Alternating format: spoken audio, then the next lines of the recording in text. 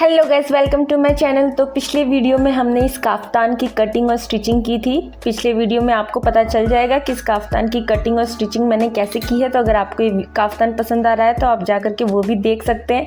मैंने उसमें बात किया था इस मिस्ट्री धागे का कि ये जो कंधे पे मेरा मिस्ट्री धागा है ये क्या है। तो मैंने उसमें बताया था कि मैंने एक ब्लाउज सिला है और उसकी कटिंग और स्टिचिंग मैं आपको नेक्स्ट वीडियो में दिखाऊंगी। सो चलिए अब हम इस ब्लाउज की कटिंग स्टिचिंग स्टार्ट करते हैं। तो सबसे पहले मैंने अस्तर से स्टार्ट किया है। अस्तर को मैंने 4 फोल्ड कर रखा है और उसके बाद मैं इस पे पहले 17.5 इंच पे मार्क करूँगी और इसको कट करके अलग कर दूँगी। 17.5 इसलिए क्योंकि 15 इंच की तो हमारी ब्लाउज़ बनेगी, प्लस 1.5 इंच एक्स्ट्रा इसलिए क्योंकि नीचे मैं इलास्टिक लगाऊँगी 1 इंच का। और इलास्टिक लगाने के बाद जब हम अपने कपड़े को फोल्ड करेंगे सिलने के लिए तो वो ऑटोमेटिक 15 इंच का हो जाएगा। तो इसलिए मैं यहाँ पे अभी 17.5 पे मार्क करके और स्केल से अभी मैं एक सीधी लाइन ड्रॉ कर रही हूँ और इसके बाद इसको कट करके अलग कर दूँगी। अगर आपका ब्रेस्ट थोड़ा हैवी है तो आप 18 इंच ले सकते हैं। तो ये हमारा कपड़ा कट जो है वो कट करके अलग हो गया। अब हम इस पर मार्किंग स्टार्ट करेंगे। क्लोज साइड को ध्यान में रखते हुए हमें मार्किंग स्टार्ट करनी है। ओपन साइड अंडर आर्म्स की तरफ होना चाहिए और क्लोज साइड गले की तरफ होना चाहिए, जहाँ पे हम गले की मार्किंग स्टार्ट करेंगे। तो गले की मार्किंग के लिए सबसे पहले मैं 3 इंच पे मार्क कर रही हूँ चौड़ाई और 6.5 इंच पे मार्क कर रही हूँ लंबाई। 3 इंच पे चौड़ाई और 6.5 इंच पे लंबाई। नीचे से भी 3 इंच पे मार्क किया है और अब मैं एक सीधी लाइन ड्रॉ कर दूंगी। जैसा कि आप वीडियो में देख रहे हो आपको भी बिल्कुल वैसे ही करना है। पहले मैं नीचे 3 इंच पे एक लाइन ड्रॉ कर दिया और एक सीधी लाइन ड्रॉ कर दी 6.5 पे, ठीक है। और अब हम शोल्डर के लिए मार्किंग करेंगे। तो कंधे के लिए मैंने 4 इंच पे मार्क किया है और अंडर आर्म्स के लिए मैंने 7 इंच पे मार्क किया है। अब सेम एक सीधी लाइन ड्रॉ कर देंगे और उसके बाद जैसा कि आप वीडियो में देख रहे हो इधर भी हमें एक सीधी लाइन ड्रॉ कर देनी है अंडर आर्म्स के लिए 7 इंच पे और ऐसे इस साइड से बस एक लाइन ड्रॉ कर देनी है सिंपल सी। और उसके बाद ऊपर से 1/2 इंच कंधा डाउन करना है। इसका हमें करना है क्योंकि ये ज़रूरी होता है क्योंकि कंधा हमारा डाउन में होता है। अब हम ब्रेस्ट की मार्किंग करेंगे तो 36 डिवाइडेड बाय 4 तो आया 9 इंचेस। मैं 9 इंच पे ब्रेस्ट के लिए मार्क कर दिया है और 7 इंच डाउन जाते हुए कमर के लिए 32 डिवाइडेड बाय 4 तो 8 इंच पे मार्क कर दिया है, प्लस 1.5 इंच एक्स्ट्रा मार्जिन छोड़ते जा रही हूँ, ठीक है। 1.5 इंच एक्स्ट्रा मैंने मार्जिन छोड़ दिया है। 36 को 4 से इसलिए डिवाइड किया क्योंकि कपड़ा 4 फोल्ड हो रखा है। अब हम गले के लिए मार्क करेंगे डीप, जैसे कि हमें उसका राउंड शेप बनाना है उसके लिए। तो पहले तो जहाँ पे ट्रायंगल बन रहा था वहाँ पे मैंने अपने इंची टेप को रखा और 1 इंच अंदर की ओर लेते हुए मैंने राउंड शेप दे दिया। हल्के हाथों से हमें 1 इंच अंदर की ओर लेते हुए राउंड शेप दे देना है। मैं बैक और फ्रंट दोनों के गले को एक साथ बना रही हूँ क्योंकि मुझे 6.5 दोनों का ही रखना है। उसके बाद मैंने ऊपर बताया है कि हमें 1/2 इंच कंधा डाउन करना है और सेम इधर भी जहाँ पे ट्रायंगल राइट एंगल ट्रायंगल बन रहा है वहाँ पे हमें फिर से 1 इंच अंदर की ओर लेते हुए इस बार अंडर आर्म्स के लिए मार्क करना है। 1 इंच अंदर की ओर लेते हुए हल्के हाथों से मैंने राउंड शेप कर दिया है, अंडर आर्म्स के लिए मार्क कर दिया है। अब ये जो 7 इंच है ना हमारा 7 इंच जो हमने अंडर आर्म्स के लिए लिया था उसका हाफ लेते हुए 3.5 उसका हाफ आया, वहाँ पे आधा इंच अंदर की ओर लेते हुए एक और अंदर की ओर से कर्व कर देना है। तो ये हमारा फ्रंट का अंडर आर्म्स के लिए बन के रेडी हो जाएगा। ये हमारा फ्रंट का अंडर आर्म्स के लिए अभी हमारा बन के रेडी हो रहा है। फ्रंट वाला थोड़ा डीप रहता है एज़ कम्पेयर बैक से, ठीक है, वो करना ज़रूरी होता है। और अब हम जैसे जैसे हमने मार्क कर रखा है वैसे कट कर देंगे। कटिंग में आप ध्यान देना कि पहले हमें बैक के अंडर आर्म को कट करना है, पहले हमें बैक के अंडर आर्म्स को कट करना है और इस चीज़ का बिल्कुल अच्छे से ध्यान देना, फ्रंट के अंडर आर्म्स को कट नहीं करना है पहले। और उसके बाद मार्जिन की लाइन को कट करना है, ना कि जो सिलाई वाली लाइन है उसको, मार्जिन की लाइन को कट कर देना है।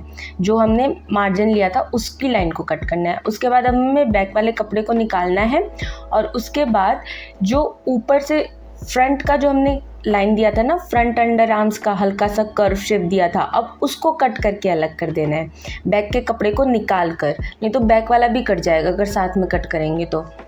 और ये हमारा फ्रंट और बैक दोनों की कटिंग हो चुकी है। अब इसके अकॉर्डिंग ही हमें अपने मेन फैब्रिक की भी कटिंग कर देनी है।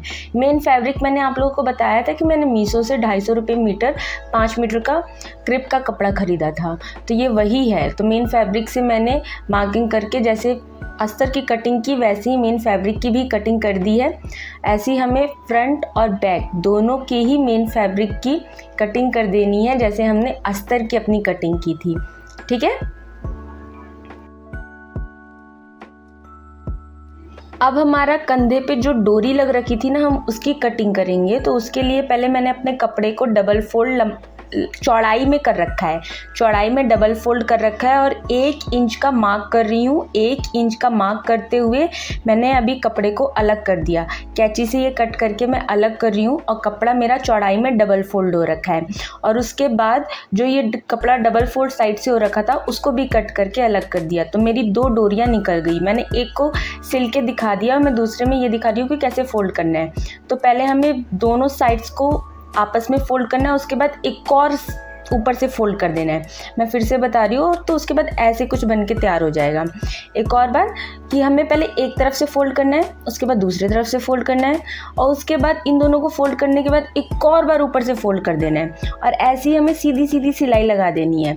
तो ये डोरी कुछ ऐसे बन के रेडी हो जाएगी और ये हमारी ऐसी डोरी बन के रेडी हो जाएगी। अब डोरी को मार्क कैसे करना है, तो अस्तर के एक तरफ फ्रंट में दोनों तरफ अस्तर के हमें डोरी के लिए पहले निशान लगा देना है और उसके बाद आप देख रहे हो कि मैंने निशान कहाँ लगाया है, जहाँ पे कर्व शेप हो रहा है ना उधर मैंने निशान लगाया है।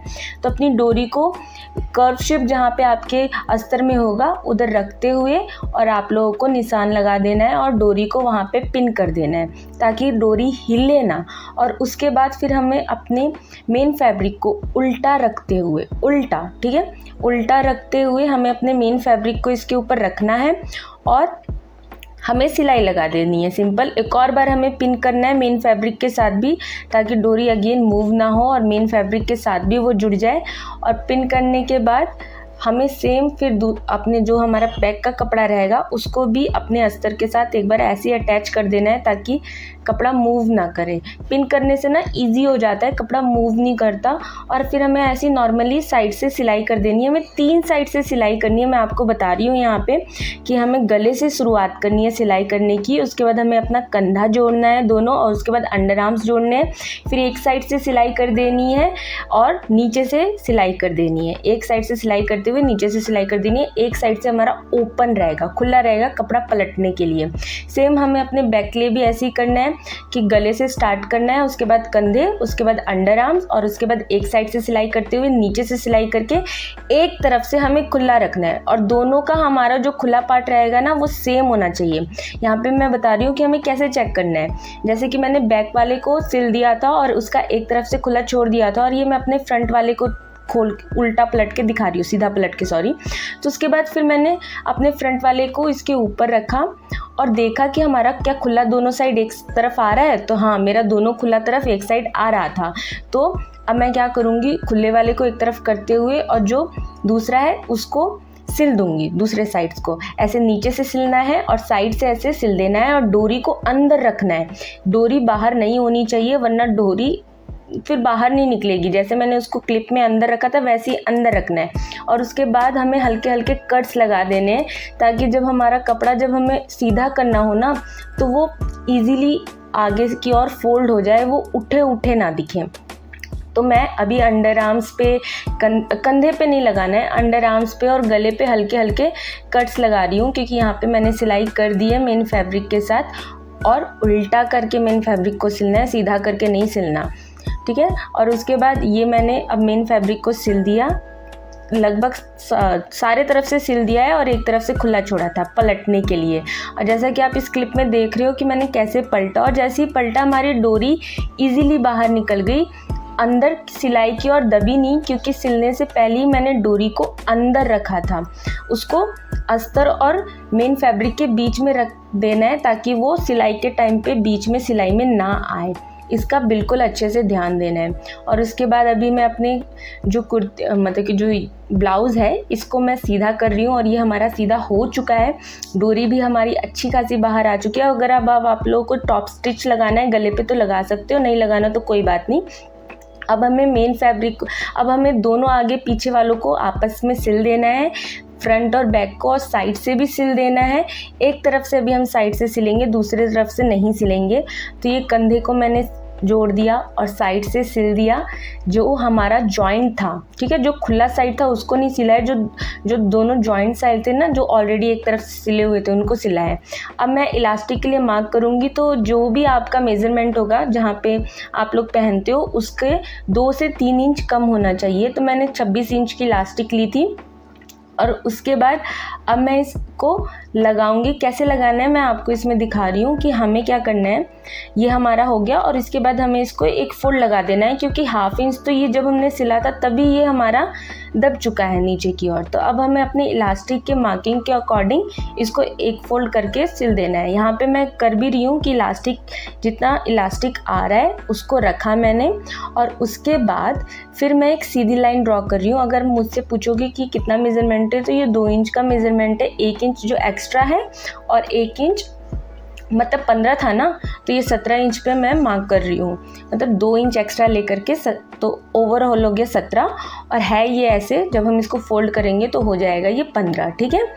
तो इसका आप ध्यान देखना, और ये मैं अभी फोल्ड करके बता रही हूँ। और इसके बाद इसी पे हमें ऊपर सिलाई लगा देनी है। अब हमें सिंपल सी ऐसे जैसे मैंने लाइन ड्रॉ की थी एक सीधी सी हमें सिलाई लगा देनी है। और ये मैं अब इलास्टिक को अंदर डाल रही हूँ। मैं बता रही हूँ कि ओवरऑल वो 17 था और उस पे 2 इंच पे मैंने मार्क किया था, तो आ गया था वो 15, ठीक है। होप कि आप लोगों को समझ आ रहा होगा कि मैं क्या कहना चाहती हूँ। तो उसके बाद अब ये इलास्टिक जो है वो जैसे नॉर्मली हम डालते हैं वैसे डाल रही हूँ, और उसके बाद साइड से ये इलास्टिक मेरा निकल गया। और उसके बाद अब हमें क्या करना है कि दोनों अपने इलास्टिक को लेना है। पहले अच्छे से कपड़े को मैं फैला देती हूँ, उसके बाद दोनों तरफ से अपने इलास्टिक को लेना है और एक इंच देखते हुए जो हमने मार्जिन छोड़ा था उस मार्जिन को देखते हुए हमें एक सिंपल सी सीधी सिलाई लगा देनी है। और ये सिंपल सी मैंने सीधी सिलाई लगा दी, और इलास्टिक मूव ना हो इसलिए इलास्टिक के ऊपर भी एक सिलाई लगा देनी है। और ये हमारा ब्लाउज़ जो है वो बनके रेडी हो चुका है। सो अगर आप लोग पसंद आया तो प्लीज़ लाइक, और मुझसे दोबारा मिलने के लिए सब्सक्राइब। Okay bye. पसंद आए तो बता देना, कुछ कन्फ्यूज़न हुआ तो वो भी बता देना कि हाँ मैं यहाँ पे कन्फ्यूज़ हुई या हुआ। Okay bye, thank you.